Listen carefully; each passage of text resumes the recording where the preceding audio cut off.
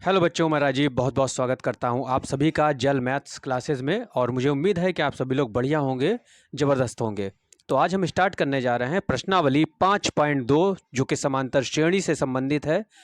इसका पहला सवाल। तो उससे पहले यहाँ पर समांतर श्रेणी से संबंधित थोड़ी सी जानकारी और उसके फार्मूले के बारे में हम जान लेते हैं। तो देखिए, समांतर श्रेणी क्या होती है, इससे पहले वाले वीडियो में भी मैंने इसको बताया था, लेकिन यहाँ पर फिर से बता देता हूँ कि समांतर श्रेणी जो होती है, समांतर श्रेणी, देखिए समांतर श्रेणी को हम एपी भी कहते हैं शॉर्टकट में। और इसका व्यापक रूप जो होता है वो होता है ए प्लस डी, फिर ए प्लस 2D, फिर ए प्लस 3D, और इस तरह से ये श्रेणी हमारी चलती चली जाती है। जो लास्ट टर्म हमारा आता है वो होता है ए प्लस एनडी। तो देखिए, ये समांतर श्रेणी है ये।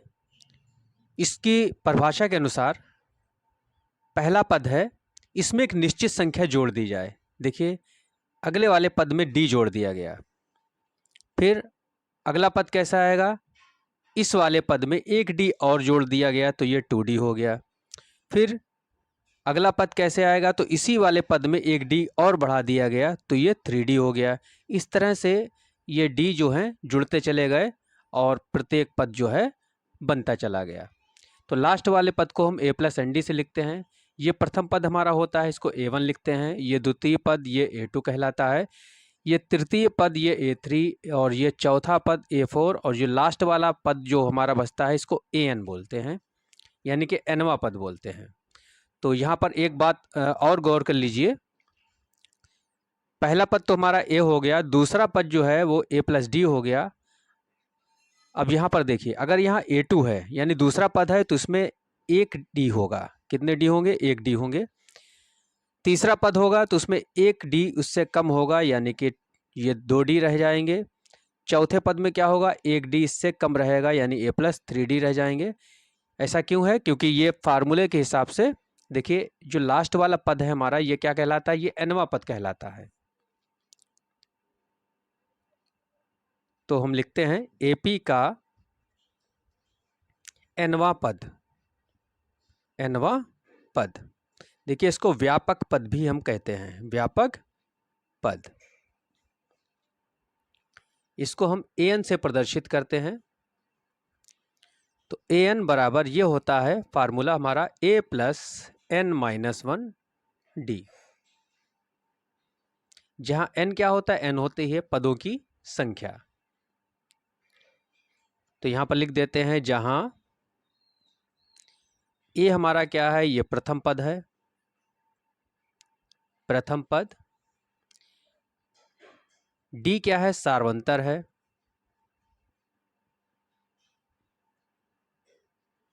सार्वंतर। और N क्या होती है, ये पदों की संख्या होती है कि श्रेणी में जो भी पद होंगे ये उसकी संख्या। तो पदों की संख्या ये N कहलाती है।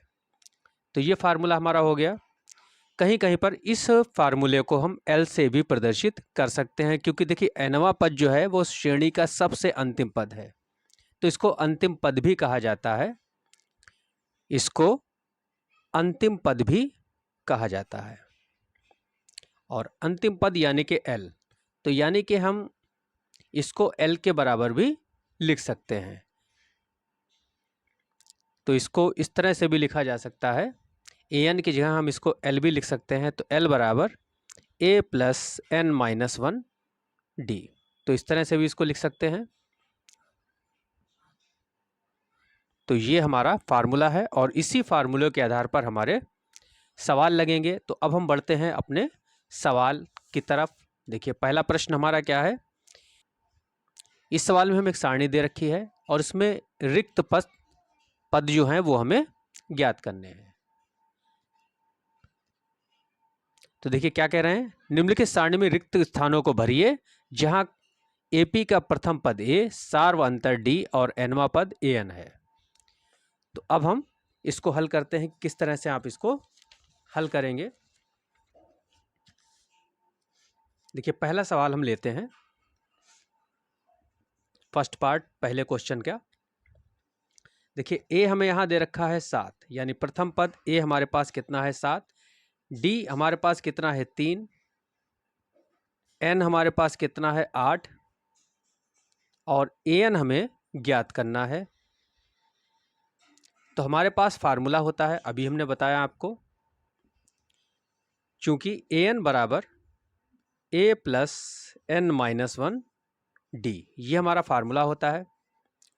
तो देखिए हम केवल इसमें मान रखेंगे और ए एन हमारा आसानी से निकल आएगा।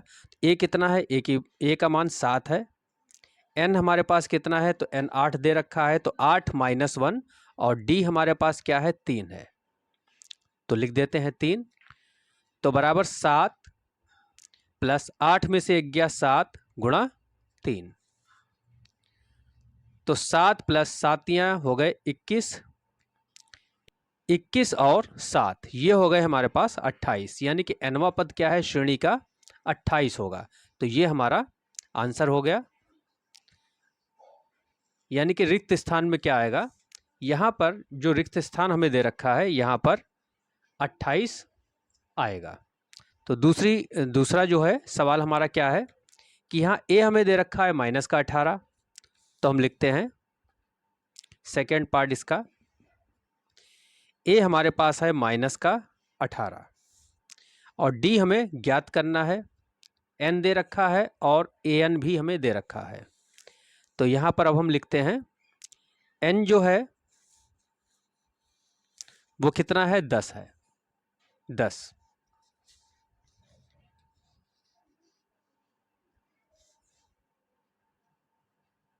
एन का मान हमें 10 दे रखा है और ए एन जो है वो हमारे पास है 0 और इसमें हमें डी ज्ञात करना है, यानी कि डी हमें निकालना है। तो फार्मूला एक ही लगेगा। तो हमारे पास फार्मूला होता है, चूंकि ए एन यानी एनवा पद जो होता है क्या होता है ए प्लस एन माइनस 1 डी। तो ए एन हमारे पास क्या है, ए एन है हमारा 0 दे रखा है, ए माइनस का 18 दे रखा है, प्लस एन दे रखा है 10 यानी कि 10 माइनस 1 और डी हमें ज्ञात करना है। तो डी ऐसे लिख दीजिए। तो ये 18 जो है माइनस का है, इस तरफ लाएंगे हम तो ये प्लस का 18 हो जाएगा और 10 में से 1 घटाएंगे तो यहाँ रह जाएगा 9 और डी। अब हमें डी चाहिए तो 9 को हमें बटे में लाना पड़ेगा, जो कि 18 के बटे में आ जाएगा। तो 18 बटे 9 बराबर डी। तो 9 से 18 दो बार में कट जाएंगे, 9 दूनी 18, तो डी बराबर हमारा कितना आया 2 आया। यानी कि जो खाली जगह है इसमें यहाँ पर क्या आएगा 2 आएगा। देखिए अब हम यहाँ पर तीसरे सवाल को हल करेंगे अपने। तो तीसरे सवाल में ए हमें ज्ञात करना है, खाली स्थान है, रिक्त स्थान है, तो ए इसमें हमें ज्ञात करना है, यानी पहला पद निकालना है। और डी हमें दे रखा है माइनस का 3, डी माइनस का 3 है यानी सार्वंतर माइनस का 3 है, और एन कितना है 18 है, 18 और ए एन यानी अंतिम पद हमें दे रखा है माइनस का 5, ए एन दे रखा है माइनस का 5। तो फार्मूला हम ए एन का ही लगाएंगे, यानी एन में पद का ही लगाएंगे। तो ए एन बराबर होता है ए प्लस एन माइनस 1 डी।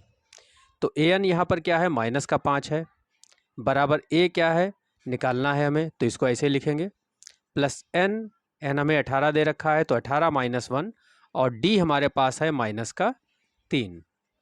तो माइनस 5 बराबर ए प्लस 18 में से 1 गया 17 और ये माइनस का 3। तो माइनस 5 बराबर ए और ये 17 तियाँ माइनस का 51 होगा, तो माइनस प्लस की गुणा माइनस और यहाँ 51। तो हमें ए निकालना है, तो जो निकालना हो वो वहीं पर रोक देते हैं, उसके पास जो भी इधर उधर संख्या है वो दूसरी साइड में ट्रांसफ़र कर देते हैं। तो ये माइनस का 51 इधर आएगा तो प्लस का हो जाएगा, प्लस का 51 और ये माइनस के 5 बराबर ए। अब 51 में से 5 अगर हम घटाएंगे तो कितने आएंगे 46। ये हमारा आंसर हो जाएगा, यानी प्रथम पद श्रेणी का क्या रहेगा 46 रहेगा। अर्थात जो खाली जगह है यहाँ पर क्या आएगा, यहाँ पर 46 आएगा। अब देखते हैं इसके चौथे पार्ट को। देखिए चौथा पार्ट क्या है, इसमें हमें ए दे रखा है, ये हमें ए है, ए दे रखा है तो लिखेंगे यहाँ पर ए बराबर माइनस का 18.9, डी हमें यहाँ दे रखा है 2.5, एन हमें 18 दे रखा है, एन जो है हमें निकालना है, एन हमें निकालना है, खाली जगह दे रखी है एन की जगह पर, और एनवा पद एन दे रखा है 3.6। तो फार्मूला हमारा वही लगेगा, ए एन बराबर ए प्लस एन माइनस 1 डी। तो देखिए ए एन हमारे पास कितना है, 3.6 है, ए हमें दे रखा है माइनस का 18.9, प्लस एन हमें निकालना है तो ऐसे लिखेंगे, 1 को भी ऐसे लिखेंगे, एन माइनस 1 ऐसे ही लिखा रहने दीजिए, और डी हमारे पास है माइनस का 18.9।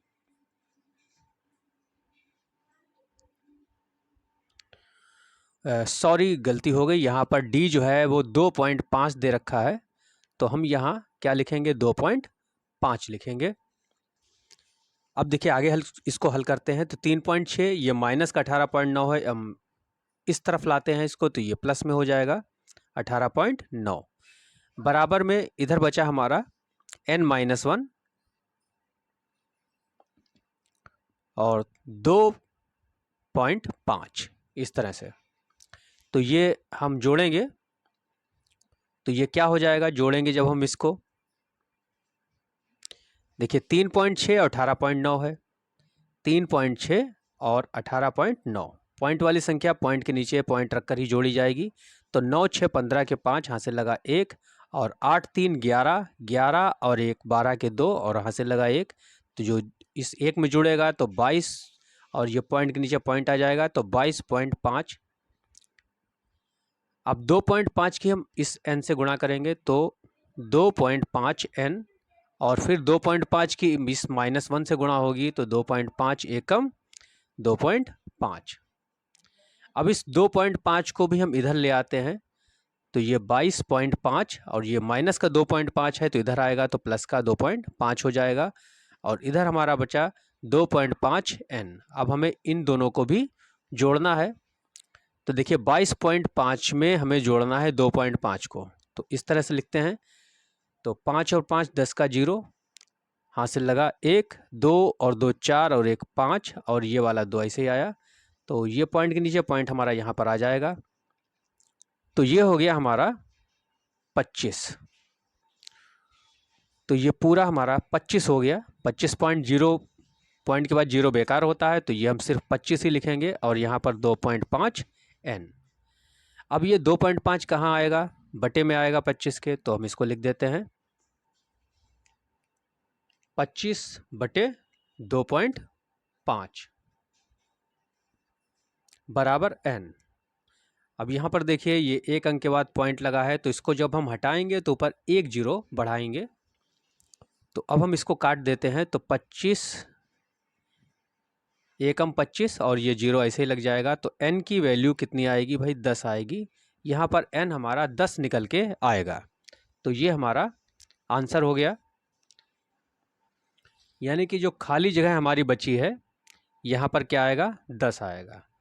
अब रह गया है इसका सबसे अंतिम भाग जो कि 5वां है। चलिए इसको भी हम हल कर लेते हैं। तो यहाँ पर हमें दे रखा है ये 3.5 हमारा a है, तो लिखते हैं a बराबर 3.5, और d हमें दे रखा है ये 0, सार्वंतर यहाँ पर 0 है, और n हमें दे रखा है 10.5, और an हमें ज्ञात करना है, nवा पद हमें निकालना है। तो अब इसको हल करते हैं। फार्मूला लगाएंगे, an बराबर a plus n minus 1 D. तो देखिए an क्या था हमारा, an तो निकालना ही है, a क्या है 3.5 है, और n का मान दे रखा है 10.5 माइनस 1, और डी हमारे पास क्या है, 0।